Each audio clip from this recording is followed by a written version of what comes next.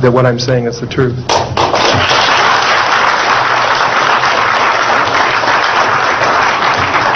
Thank you, Carl. Good morning, everyone. My name is Donna Hare, and I worked at Philco Ford Aerospace from 1967 to 1981. During that time, I was a design illustrator, draftsman.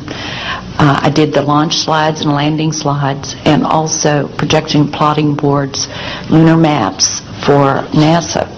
We were a contractor, but most of the time I worked on site, in Building 8. I had the opportunity to do extra work during downtime, which was between missions, and I walked into a photo lab, which was the NASA lab, across the hallway. I had a secret clearance, which is not that high, but I was able to go into restricted areas, which this was. At the time, I was talking to one of the techs in there, and he drew my attention to a photograph, a NASA photograph. It had a dot on it, and I said, "What is that?" Well, he drew my attention to it, and I said, "Is that a dot on the emulsion?" And he said, and he's smiling, and he has his hands crossed, and he said, "Round dots on the emulsion don't leave round shadows on the ground." And this was an aerial photograph of the Earth, I'm assuming the Earth, because it had pine trees on it, and the shadows of the craft, or whatever it was, were in the same angle as the trees. And by its very nature, UFO, and I wanted to clarify that to a gentleman that was talking to me, means unidentified. So I did not know what this was. But I realized at this point that it's very secret, that it was kept secret, because I asked him, "What are you going to do with this piece of information?" And he said, "We always airbrush these out before we sell them to the public."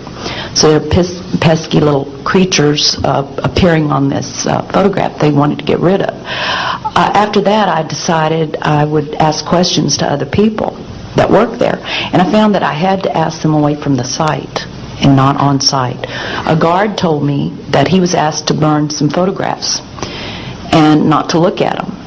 And there was another guard guarding him, who was in green fatigues, watching him burn the photographs. And he said he was too tempted. He looked at one, and it was a picture of a UFO, and he was very descriptive. I can go into that later with anyone.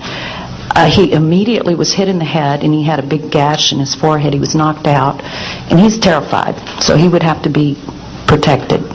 Another incident, I knew someone in quarantine with the Apollo astronauts. He told me that the Apollo astronauts saw craft on the moon when we landed, and that is what he told me. And he also was afraid. He said that the astronauts are told to keep this quiet. They're not allowed to talk about it. So I do want to let you know that I worked out there for a number of years, and I ran into this. So it's not something everyone knows that works out there for a long time. My boss didn't know about it. Some people that sat right next to me didn't know about it. It's very strange, because I don't know how they can do it, but they can let some people know about it and then others not. I'm willing to testify before Congress that what I'm saying is true, and thank you very much.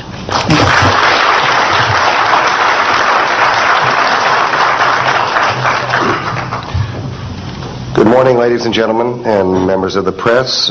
My name is Larry Warren. 20 years ago, in 1980, I was a security specialist assigned to RAF Bentwaters, Woodbridge, NATO Air Force facilities in Suffolk, East Anglia. I had a secret security clearance. I guarded our backline nuclear weapons that were stored there at the time, without the knowledge of the people of Great Britain. I went through a portion of a 3-night UFO event where objects made incursions over our WSA, fired pencil-thin beams of light into them, and adversely affected the ordnance, possibly. These objects were on the ground on 2 different nights. Potentially there was another life form seen. This is an unpopular truth. These events were of extreme defense significance to not only Her Majesty's government, but this government as well, and they are still shrouded in secrecy. They are very complex. They are very vast. This is more about a human rights issue than just a UFO issue. 20 years ago, this room would be empty. I see a turn in history. This is history in motion, but unfortunately it's history with the security classification. I would be more than honored to swear under oath that I experienced what I did, I saw what I saw. These events produced not only, after numerous denials by this government, a memo by Lieutenant Colonel Charles Holt, our deputy base commander, which reads like science fiction. It also produced, years later, an on-site audio tape he made as these objects performed their feats and did what they did and violated airspace. These events are of extreme defense significance. I hope my brothers in arms that went through these events will be given immunity at some point and be able to join us here. It is an honor to share the stage with all of these people. And I think for all our children, my son Dennis, God bless you, son, we can change the world. You're heroes for being here also, and I will testify in front of Congress if asked to. God bless. Thank you.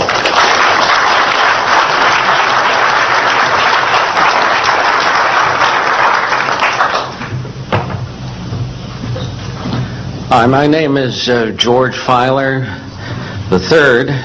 The reason I'm here is because George Filer V is in the hangar and will be born on Friday. And I'm a retired intelligence officer and flyer with almost 5,000 hours, and I didn't believe in UFOs until London Control called us in the winter of 1962 and asked us, would we chase one? And we said, sure.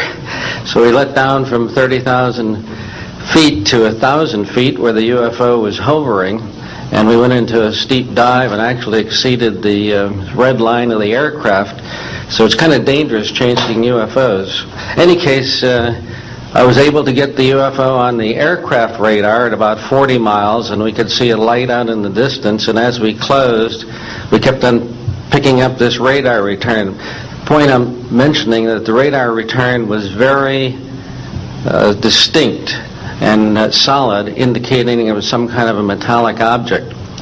We got about a mile from the UFO, and it kind of lit up in the sky and went off into space, very similar to what the shuttle looks like when it takes off. Later on, I was working in intelligence. In Vietnam, I briefed General Brown about UFOs. When I was in 21st Air Force, in McGuire Air Force Base, I briefed General Glau about a UFO over Tehran, Iran in 1976. That two F-4s from the Iranian Air Force had taken off and tried to intercept the UFO. And when they turned on their fire control systems, they immediately went out. All the electrical systems went out. The planes had to return to base. This was particularly significant because it was also picked up on satellites. In 1978, on January 18th, I was going into the base. Every morning I did the briefing to the general staff, and I noticed that there are some lights off in the distance at the end of the runway there.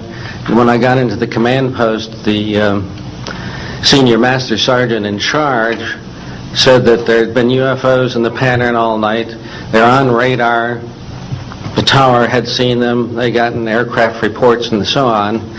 And that one had landed or crashed at Fort Dix. Fort Dix and McGuire are right together. And this is kind of like the Roswell of the East. But in any case, an alien had come off the craft and had been shot by a military policeman and apparently was wounded and was heading for McGuire.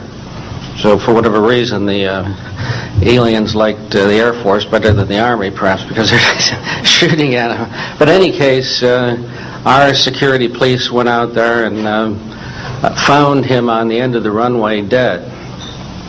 And they asked me to brief the general staff, General Tom Sadler, and at the 8 o'clock stand-up briefing. And I said, I don't think I want to do this. You know, the general doesn't have a good sense of humor, and I'm not sure I believe this. So I did some checking, called the 438th command post, and everybody had pretty much the same story.